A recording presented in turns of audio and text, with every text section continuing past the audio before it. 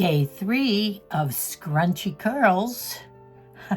All I did with my bed head this morning was scrunch it up with some mousse and some Aussie spray.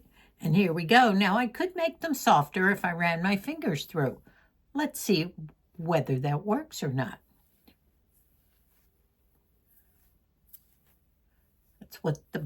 That's what you ladies tell me to do. So no brush. Ow. Just go through it with my fingers.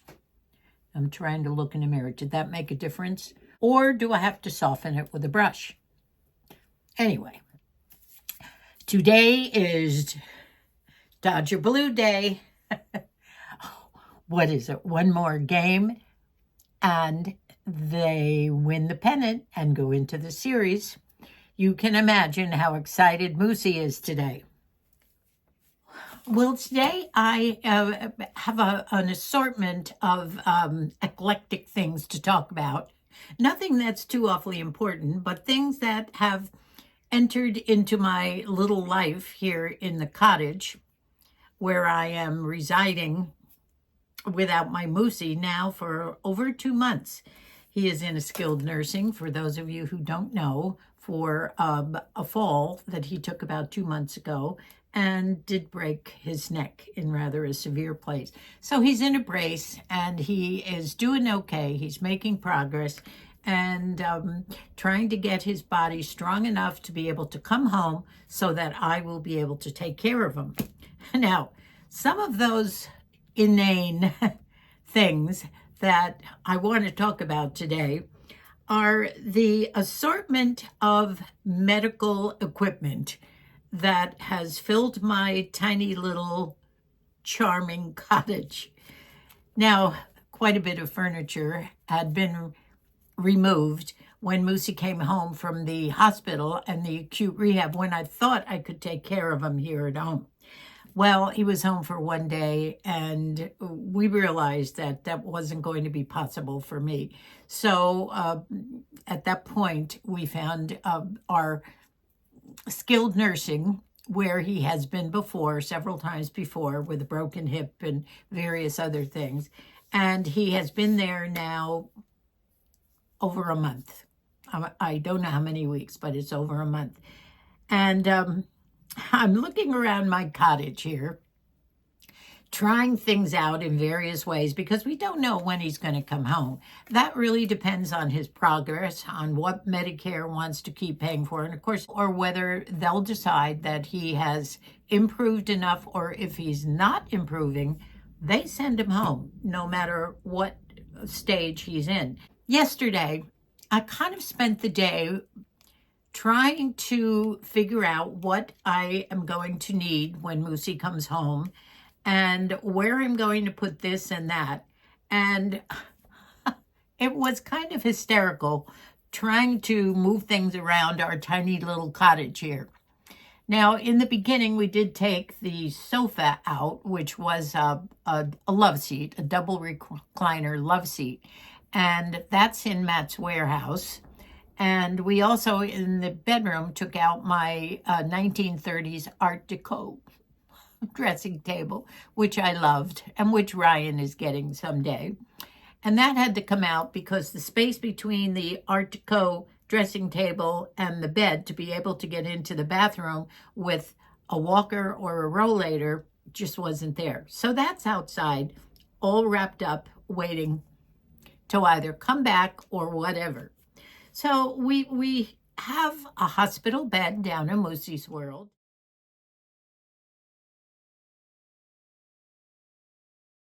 And I'm also looking at our Featherlight wheelchair, which normally I keep in the car for doctor visits. And we also have a walker.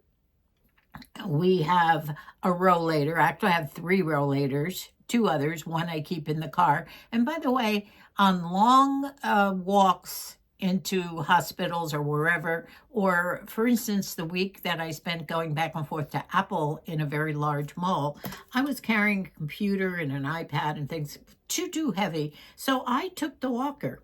and I put everything on the seat of the walker, which really is a good idea for me since I do have bone-on-bone arthritis in my knees. But, it made me feel a little safer about walking until I got to the escalator. And I was all ready to go upstairs, as I told you, to the food court and have some Sbarro pizza on my class day when I was at Apple learning all sorts of things. And I realized, I can't get up this escalator with this walker. And there was a gentleman sitting in a chair watching me standing there trying to make the decision in my head as to whether I can tilt it and go up or not. And I looked over at him and he said, uh-uh, don't try it. He says, the elevators are that way. So I did turn around and did use the elevator that particular day. It is difficult for me as well when you go into the bathroom and you're at that point in your life, like we are in our mid to late 80s, and you just can't sit on a john comfortably without plopping down, and then there's a problem of getting up afterward. Now, we do have bars on the walls by the shower and next to the toilet, but still getting that momentum to lift yourself up is difficult. So quite a while ago, I found myself a portable toilet, which I've shown you, and I use to carry to Mikey's, and have a nice little bag that carries all my medical devices that I need when I go away for a weekend. They do have in the skilled nursing, these portable over-the-john seats or portable toilets that you can put for people who can't make it to a bathroom. And the portable, those portable, I forget what you call them, over-the-toilet seats, have legs and arms to help you get up. And then they're adjustable. And they do have the seat and the lid. And then if you have someone that can't make it to a bathroom, they do have the buckets which attach to the seat, and you just line them, and you can keep that next to a hospital bed or whatever. They use those a lot in these nursing homes for patients. So I took one of them in. I have two of them here. I had one from a while ago, and then Matt brought another one up for us.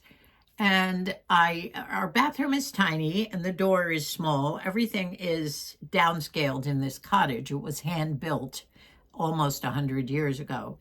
And I did carry one in yesterday. It was a day of trying things out, seeing how I could work this and still maintain some sort of charm to this cottage. And I brought it in and I took the bucket out and I adjusted the legs. And I realized that it did fit in our tiny little bathroom. However, there wasn't a lot of room to move around. But then again, I said, well, if I leave this here for Moosey to use, what about my comfortable little toilet riser, my portable? So I sat down on this, and it was different. And I decided, well, I still liked my other one better, but in deference to Moosey, I suppose I could use this. So it's high enough that I have no trouble getting up. It will be okay for Moosey if he decides that. Now in the shower, I also have a shower seat for Moosey. I don't use it, but he does. And when I take my shower, I just lift it out. These things are not heavy, so I'm able to move them around and lift them.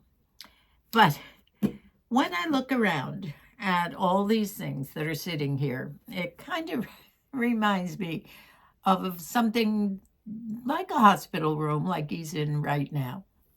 But if this is what it takes to have him home here with me in basically in a state that he was in, being able to get around with a walker or a rollator just around the house here.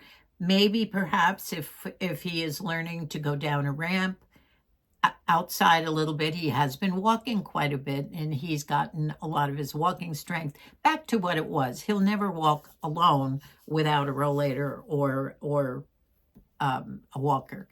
But if this is what it takes, then I'm happy with that.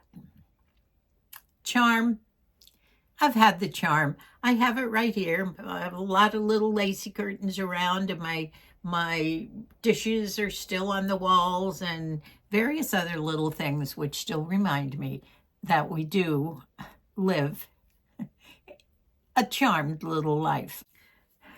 So, potty talk checked off. But guess what I had in my house this morning? A bird. So this morning early, about 8 o'clock, Shamu went out, and sometimes Shamu is just not happy out, getting a little lazy and wants to spend more time in here. But I think Shamu should be out most of the day, and that's what I'm trying to do. And sometimes I leave the door open a little bit, or maybe a little bit wider, only because sometimes I love the fresh air coming in the house. We don't have windows with a lot of screens. It's a very old little cottage, and the windows were just not built to open that way. I do have some little tiny windows down in Moosey's world that open out, but there's no screens or anything.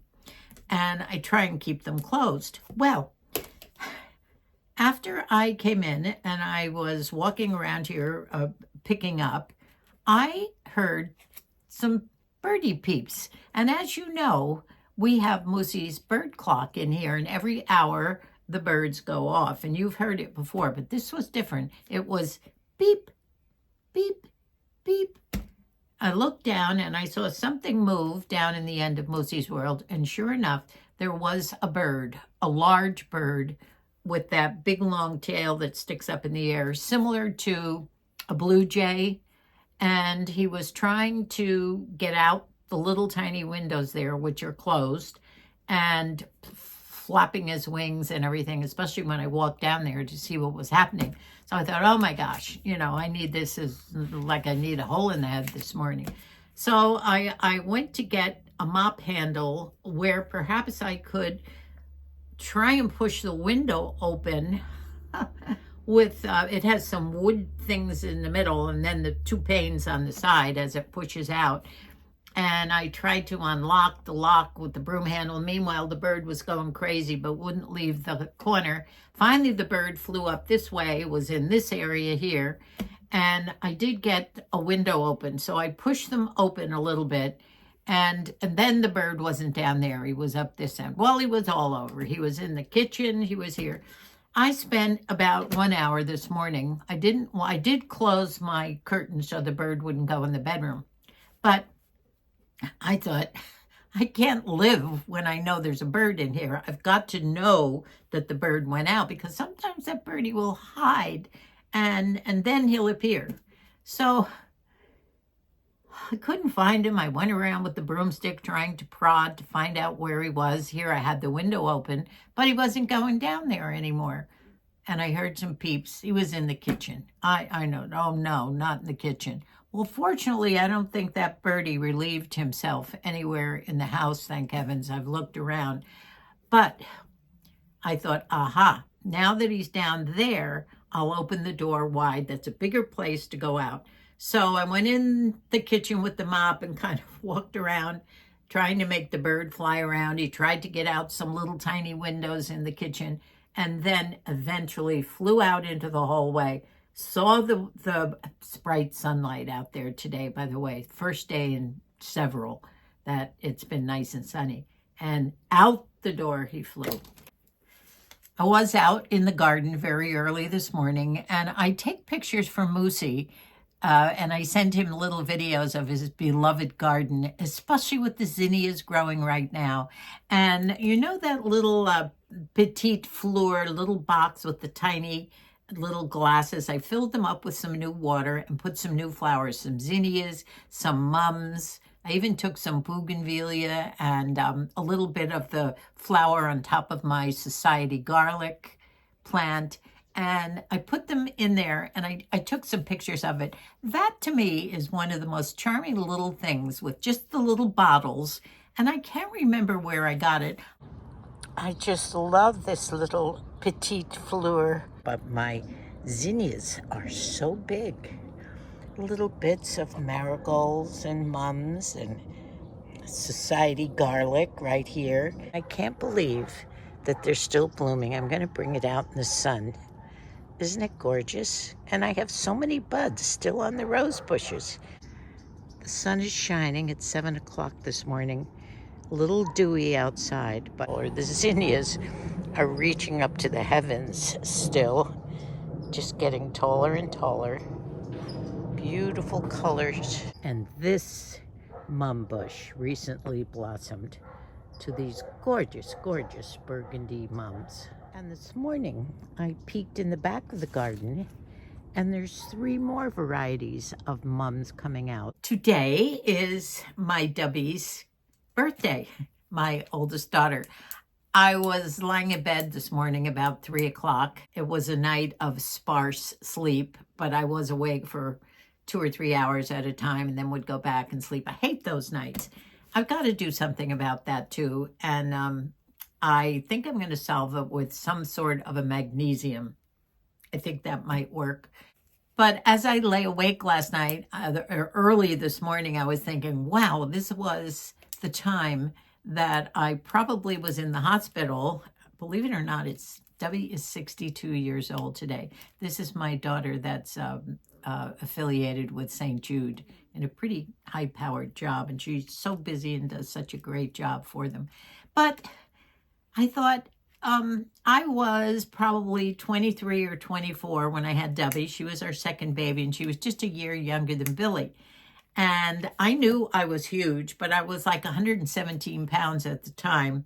And she turned out to be 11'2". That's a big baby when you're 117 pounds. And I remember the tugging, and that was the baby that I might have told you about this before, but I think I had a moment of, in those days they put you under gas, and I had a moment of a relationship with Jesus during that time.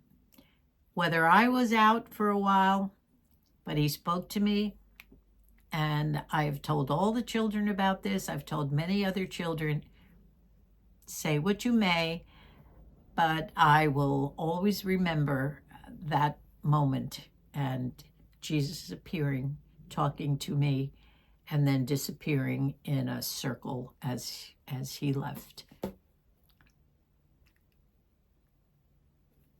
But yesterday, in the middle of the day, and realizing that it was National Pasta Day, I made a soup. I made a soup last night that was so yummy. I don't know whether you know it or not, but yesterday was National Pasta Day. And because of that, and put some bow-tie pasta in. It was really a cabbage soup.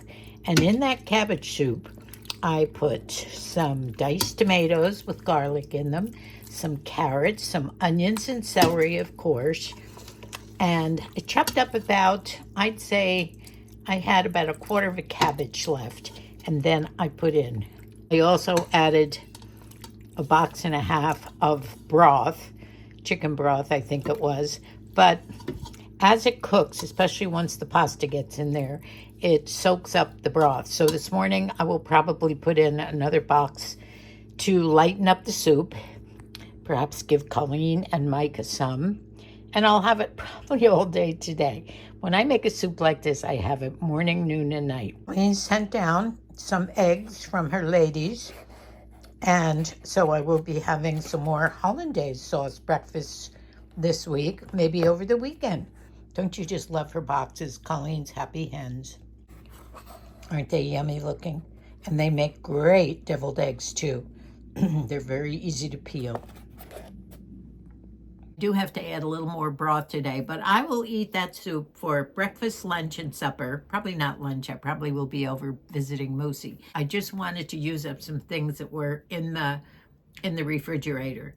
But I do have a soup for you that I'm going to tell you about in the next video, that if you don't like taking laxatives and various other things, this soup might just do it for you. I'm not even going to say the name of the soup.